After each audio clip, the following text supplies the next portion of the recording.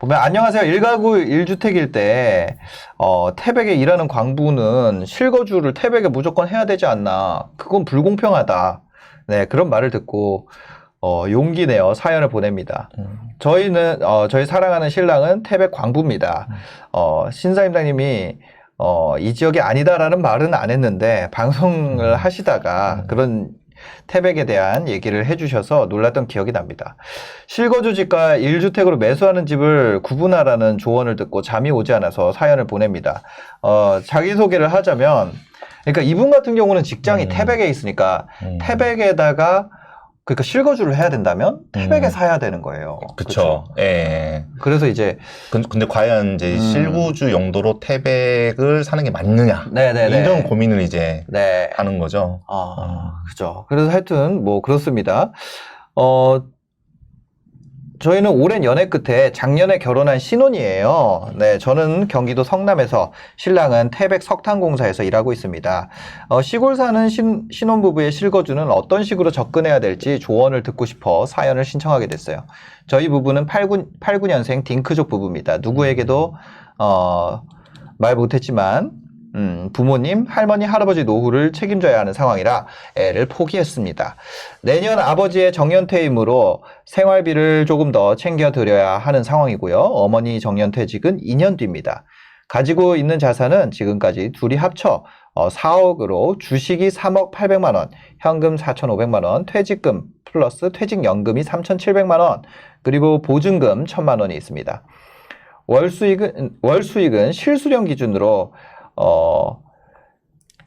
이게 아마 연수익일 네, 것 같아요. 네. 연수익이 실수령 기준으로 1억 3천에서 4천입니다. 제가 5천, 신랑이 뭐 4천 이렇게 되는 것 같아요.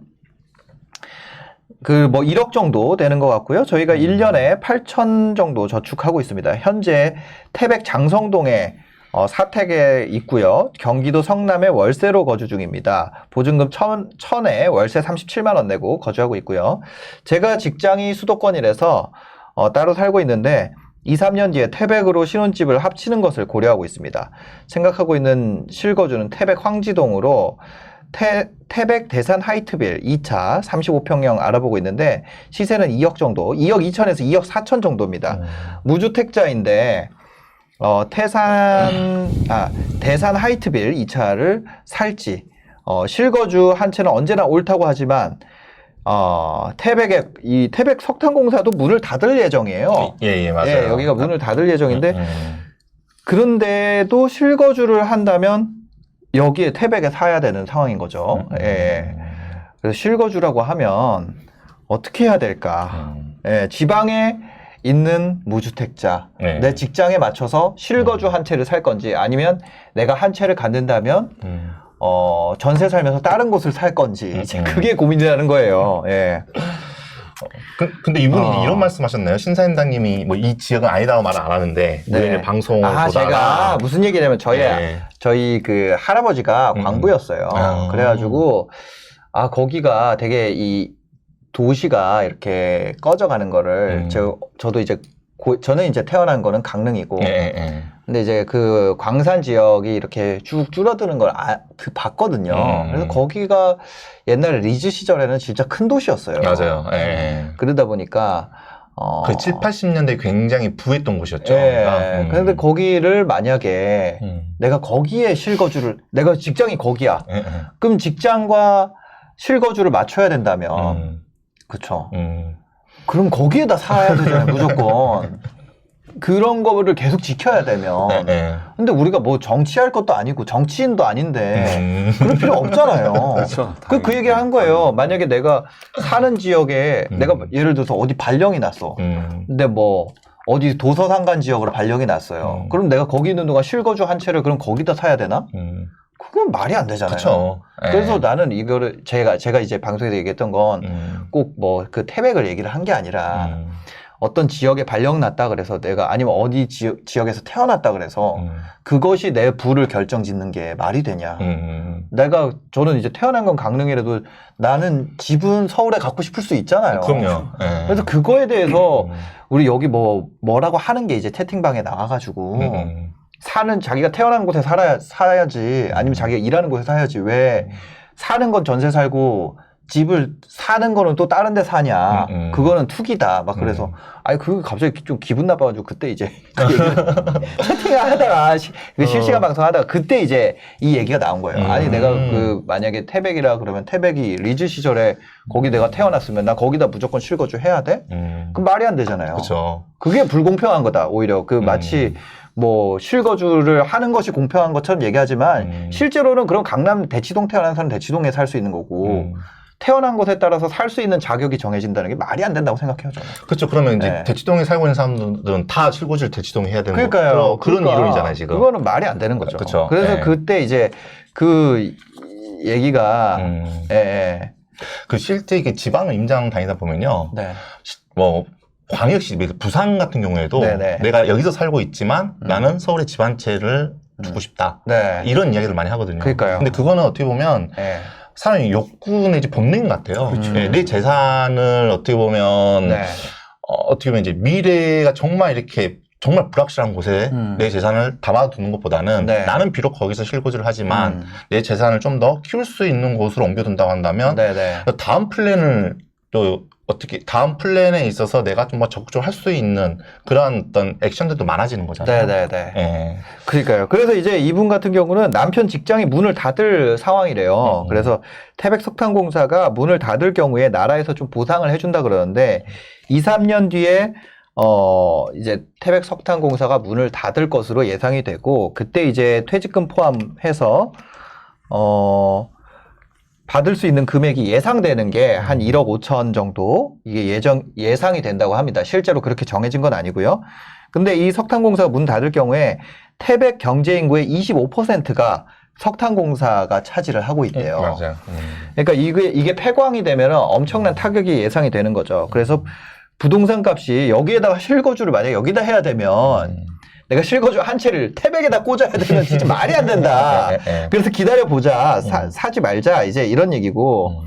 그래서 아버지는 내년 2월에, 어머니는 2년 뒤 1월에 정년 퇴직하는데, 살고 있는 아파트가 그래도 재개발되는 소식이 있어가지고 2년 뒤에 나가야 된다고 합니다. 그래서 문제가 있다면 부모님께서 노후 자금이 없는 상태라 재개발에 필요한 돈과 생활비를 이제 자녀분들이 해결을 해드려야 되는 상황인 거죠. 그래서 할아버지 할머니 병원 문제로 부천에 또 집을 구해드려야 되고 그러니까 이게 어떻게 보면 이 두 부부한테 달려있는 게 큰 거예요. 지금 상황이 집안 상황이. 그래서 고민이 되고 있고 아버지는 또 암 치료 중이라서 병원이 가까운 곳이었으면 좋겠고 저는 지금 판교역에서 근무를 하고 있는데 주식 투자로 그래도 매년 4천에서 6천 정도 수익을 올리고 있습니다. 주식 수익은 노후 자금이라는 철학이 있어 이 수익 에는 위에 연수입에는 포함시키지는 않았습니다. 네. 그런 게 있네요. 그래서 뭐 자세한 얘기가 있는데 여기에 이런 얘기가 있어요. 너무 특이한 케이스라 더 많이 얘기를 하면 회사에서 제 얘기인 거를 알 수 있을 것 같아서 뭐 요 이하로는 얘기하지 말아주세요. 이런 얘기가 같이 적혀 있네요. 여튼 이런 상황이라면 어떻게 하는 게 좋을지. 네네. 먼저 그 태백뿐만 아니라 이제 본인이 거주를 하고 있는 네. 그 지역이 앞으로 이제 매매 가격이 상승할 수 있는 가능성이 있는 지역인지 없는 지역인지 이런 부분을 먼저 판단하는 것이 제일 급선무고요. 네. 첫 번째 체크해야 될 부분인데, 근데 그러기 전에 앞으로 앞으로 매가 상승할 수 있는 지역인지에 대한 부분에 대해서는 사실 우리가 지금 현재서 알 수가 없잖아요. 그죠. 그럼 적어도 과거에 이 지역이 상승세를 얼마만큼 이어왔는지 최소한 이거는 기본적으로 봐야 된다고 생각하고 있어요. 네. 근데 그러면 먼저 태백을 제가 단지를 먼저 말씀드리기 전에 네. 태백 지역에 현재 지금 시세라든지 네. 시장 강도의 흐름을 같이 한번 좀 보도록 하겠습니다. 네. 자, 보시면 자, 2010년부터 지금까지 쫙 봐보세요. 그냥 제자리네요. 그 제자리죠. 네. 네. 매매 가격이 상승을 했다 하더라도 고마고마하고 하락을 했다 해도 고마고 크게 받지 않는 지역에 이제 네, 10년 동안. 10년 동안. 네. 근데 제가 이제 이런 말씀을 드렸거든요. 내가 살고 있는 집의 지역이 네. 지역의 그래프를 놓고 봤을 때 가장 베스트한 지역은 우상향의 모습을 보이는 그래프를 보이는 지역이다. 네네네. 그래서 매매 가격이 이렇게 상승을 하더라도 일정 부분 하락한 다음에 다시 상승하는 이런 식으로 네네. 우상향하는 것이 제일 좋은 조건이고 그다음에 두 번째 같은 경우에는 상승을 하고 나서 하락에 대한 부분이 나타나지만 다시 상승가 나타나는 이런 파동이 있는 네네. 때가 두 번째고 그다음에 세 번째가 바로 전혀 상승과 하락의 시장상의 어떤 움직임이라든지 변화에 의해서 민감하지 않는 이런 지역이라고 말씀드렸는데 네. 이런 지역은 내가 지금 내 집 마련을 한다 하더라도 5년, 10년 뒤에 지금의 시장과 큰 차이가 없는 네. 지금의 가격과 큰 네. 차이가 없는 그런 지역의 특징이 굉장히 돋보이는 모습을 보이고 있고 네네. 또 하나는 태백이 지금 인구가 약 4만 1천 정도밖에 안 돼요. 4만. 예. 근데 여기에 근데 시구나. 예, 여기에 그 과거 이제 C로 됐다가 떨어진 거죠 인구수가. 네네. 그쵸? 근데 여기에 지금 석탄공사까지 폐광을 하게 되면 거의 지금 태백은 석탄이 먹고 살리는 도시다 보니까 네. 이로 인해서 그만큼 인구수는 더 줄어들 수가 있고 거기에 따라서 어떻게 보면 가격의 상승 요인보다는 가격의 하락 요인이 더 있을 수도 있어요. 네. 예. 그래서 근데 굳이 내가 이렇게 어렵게 정말 돈을 모아가지고 내가 이 돈으로 내 집 마련을 이렇게 하려고 하는데 어떤 미래 그래도 뭔가 희망? 네. 어떤 그 장밋빛 어떤 그 희망이라는 거 있어야 될 거 아닙니까? 네네네. 그런데 지역적인 특징으로 놓고 봤을 경우에는 그런 희망을 안겨줄 수 있는 곳은 아니다. 적어도 네. 부동산적인 관점을 놓고 본다고 한다면 여기에 실거주를 하는 건 아니다. 그쵸. 소중한 내 명의를 날리는 거죠. 네. 예, 뭐 영위도 날리는 거고 그리고 자산에 대한 증식에 대한 기대 가능성도 꺾게 되는 거고 네네.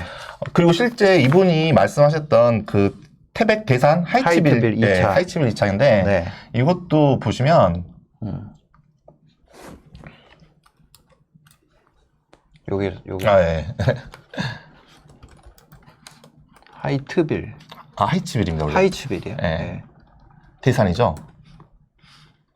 황지동 대산 하이츠빌 2차. 그 있네요. 네, 그 있죠. 밑에. 예. 예. 이거는 죄송합니다. 네. 대산. 여기에요. 여기인데 이게 지금 2014년에 들어온 아파트거든요. 네.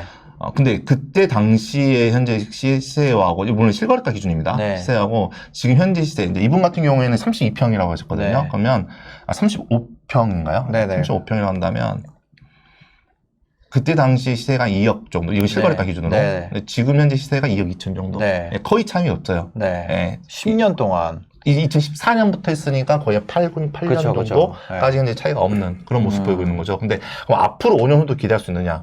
오히려 이 가격보다 떨어질 수 있는 리스크도 분명히 전 존재한다고 보고 있기 때문에 네. 지금 이 지역은 어떤 실거주할 지역이 아니다. 이렇게 보고 있고 근데 어쨌든 이분 이제 신혼 부부로서 이제 합쳐져야 되는 거잖아요. 네. 그러면 거주는 여기서 하시되 매매 말고 네.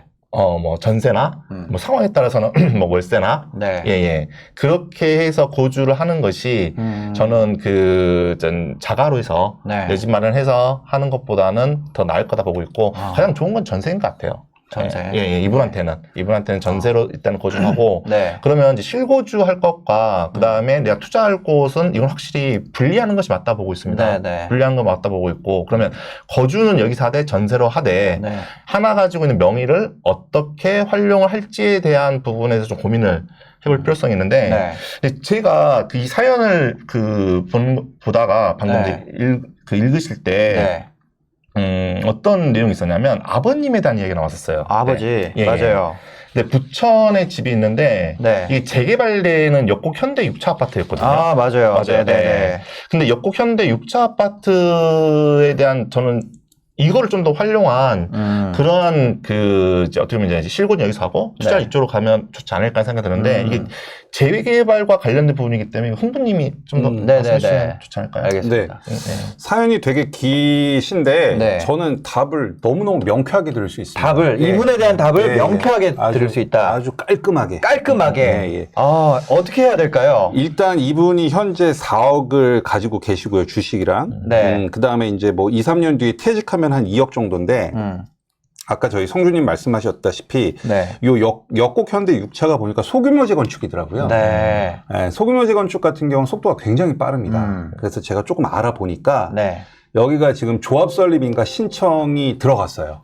부천시청에. 네. 네. 그럼 이제 조합 설립 인가가 되면 그 다음에 이제 시공사를 선정하고 네. 원래 재개발 같은 경우는 이제 뭐 사업 시행 인가 나고 시공사 신청하고 관리처분 이렇게 가야 되는데 네. 이건 굉장히 짧거든요. 그래요? 네. 그럼 이제 시공사 아. 선정이 끝나면 네. 감정평가하고 사업 시행인가랑 관리처분을 그냥 붙여서 해요. 속도 굉장히 빠릅니다. 네. 그 단계를 그냥 한 방에 그냥 훅 해버리네요. 훅 해버립니다. 네. 그렇게 해야지 이제 속도가 빨리 빨리죠. 하고 빨리 이렇게 입주를 할 수 있기 때문에 네, 지금 네, 정부에서 네. 이제 가장 강력하게 밀고 있는 네, 그렇죠? 네. 사업 중 하나죠. 이거 진짜 좋네요. 네. 근데 제가 여기 보면은 이제 정확히 말하면 재개발은 아니고 소규모 재건축이고 네. 이분 사연에 보면 재개발에 필요한 돈과 생활비를 제가 드려야 합니다라고 적혀 있는 거 보니까 네. 이제 재개발이든 재건축이든 이제 조합원 분양가로 아파트를 받는데 네. 보통은 조합원 분양가만큼 감정가가 나오질 않거든요. 네네네. 그럼 그 차익이라는 거에 대해서 분담금이라는 거를 그쵸, 내야 돼 있죠. 되는데 네. 아마 그 분담금을 본인이 책임을 져야 된다는 뜻 같아요. 네네. 그러면은 저는 그 소규모 재건축인 이 역곡 현대 6차의 가치를 좀 보면 되는데 네. 일단 이게 지금 조합 설립 인가가 이제 날 거기 때문에 사실 뭐 조합원 분양가라든가 감정가가 나온 건 전혀 없어요. 그쵸. 근데 이게 지금 역곡역을 기준으로 해서 이 역곡 현대는 밑에 있고 네. 그 역곡역 위에 보면 네. 그 역곡역 이편한 세상 아파트라고 있어요. 요게 445세대인데 네. 요거 33평이 며칠 전에 네. 8억 7,700에 거래가 됐어요. 바로 이 역곡역 위에 있는 네. 445세대. 네네. 근데 이게 연식이 한 2011년식 되거든요. 그러면은 이 소규모 재건축이 들어온다고 하면 네. 한 두 개 한 15년 차이 날 텐데. 그쵸. 예, 어쨌든 시세가 그렇고. 네. 그다음에 야, 이거 역곡 최소 10억인데? 그렇죠. 그렇죠. 예, 네. 예. 그다음에 이게 그러니까 이제 아까 말씀드렸다시피 제가 아까 가련 얘기하면서 비교한 거와 내가 얼마나 싸게 사느냐가 네, 핵심인데.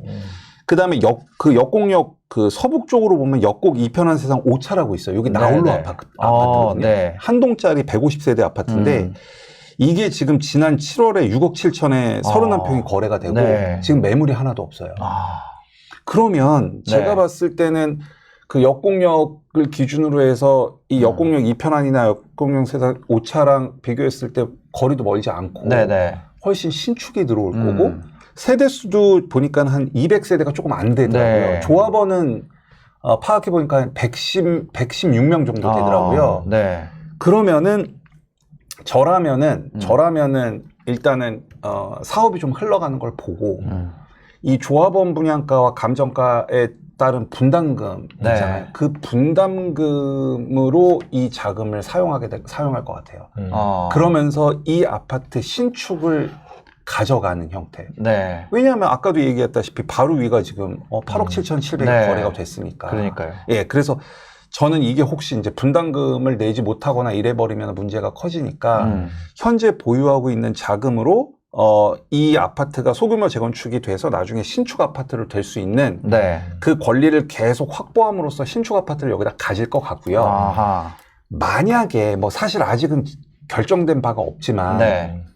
이 소규모 재건축 같은 경우는 조금 어려운 얘기긴 한데 소득세법 시행령에 따라서 요거 같은 경우는 대체주택을 취득해도 네. 이 가구를 다 비과세를 받을 수 있어요.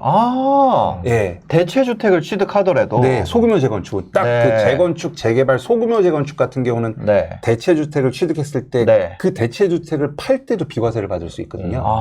그럼 지금 이분이 부천의 병원 근처에 지금 주택을 살지 전세를 할지 고민이라고 하셨잖아요. 네. 그러면 이분 퇴직금이 한 2억 정도 생기니까 사실 이게 지금 분담금이 얼마인지를 몰라서 제가 섣불리 조언드리기는 좀 그런데 만약에 여력이 된다고 하면 요게 이제 사업 시행 인가가 나고 나서 네. 본인이 원하는 근처에 부천 아파트에 살 곳을 사는 거죠. 그러니까 그러려면 이제 분담금 얼마 나와야 되는지 그렇죠. 요거를 명확하게 알고죠. 그리고 나서 내 자산에서 요거 빼고 그렇죠. 남은 걸 가지고 투자를 하나 더 한다. 그렇죠. 그거를 하는 게 가장 베스트다. 그렇죠. 근데 거기에 이제 실거주가 돼야 되는데 네.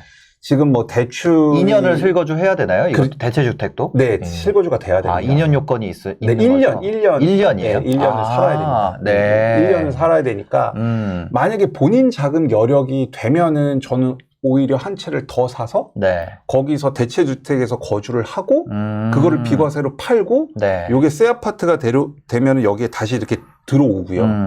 그다음에 만약에 본인 자금이 이제 그때 가봐서 안 네네. 되면 네. 이 새 아파트를 지켜내도 제가 봤을 때는 여기 34평 받으면 아까 뭐 한 15년 차이 나는 게 지금 물론 세대수 차이 나지만 네. 이게 지금 뭐 한 8억 5천 호가는 9억 5천까지 나오고 있거든요. 그러니까요. 그럼 이거 10억짜리 아파트란 얘기예요. 네. 34평. 그러니까 저는 지금 뭐 섣불리 다른 데 투자하는 것보다 이 지금 부모님이 갖고 계신 이 아파트를 네. 잘 안정적으로. 예. 아. 그게 가장 베스트한 것 같습니다. 네네. 이미 지금, 그쵸. 여기 뭐, 재개발, 재건축 한다 그러면 조합원 되려고 돈 주고도 들어오는데, 그렇죠. 지금 사시면서 이게 조합원이 되는 상황이니까 아직 조합 설립 인가가 나진 않았지만 이제 네네. 되면은 조합원이 되는 거잖아요. 그렇죠. 네. 그럼 이제 뭐 사업 시행이랑 관리 처분 요거를 한 방에 받아준다는 한 방에 거예요. 한 방에 받고 나면은 이미 이게 나오니까 분담금이나 네, 다 나오죠. 네, 그때. 바로 나오게 되니까 네. 그럼 이제 내가 가진 돈이랑 이제 들어갈 돈이 명확하게 발라지니까 그렇죠. 그 이후에 남은 돈 가지고 한 채 더 하고 요거는 재건축대로 재건축으로 끌고 가고 그렇죠. 이렇게 네. 두 마리 토끼를 한 번에 잡을 수 있는 한 번에 솔루션. 잡는 거죠. 둘 다 비과세 받고. 그 둘 다 비과세 된다는 게 진짜 말도 안 되는 것 같아요, 진짜. 아니, 말도 안 되는 게 아니라 지금 대박인 것 같다. 너무 좋은 것 같다. 네, 그렇죠. 와. 대체주택을 생각하는 사람들의 입장에서는 비과세가 당연하기 때문에 네네네. 예, 그러지 않으면 이제 이걸로 내가 주택을 매입해서 들어갈 이런 어떤 플랜을 짤 수가 없으니까. 근데 이제 네. 이분 같은 경우에는 어떻게 보면 그런 어떤 그 비과세를 이용할 수 있는 그런 네. 환경에 대한 부분도 있고 또 하나는 또 그 같이 또 이렇게 부천에 살고 있으면 네네. 그렇죠. 부모님 또 이렇게 또 모시고 할 수 있는 것도 있다 보니까 이 범위를 벗어나지 않는 범위 내에서 네네. 지금 어떤 실거주와 네. 어떤 투자를 좀 투트랙으로 하면 좋지 않을까 생각이 드네요. 알겠습니다. 이렇게 좀 해보시면 어떨까? 네, 얘기를 드리겠습니다.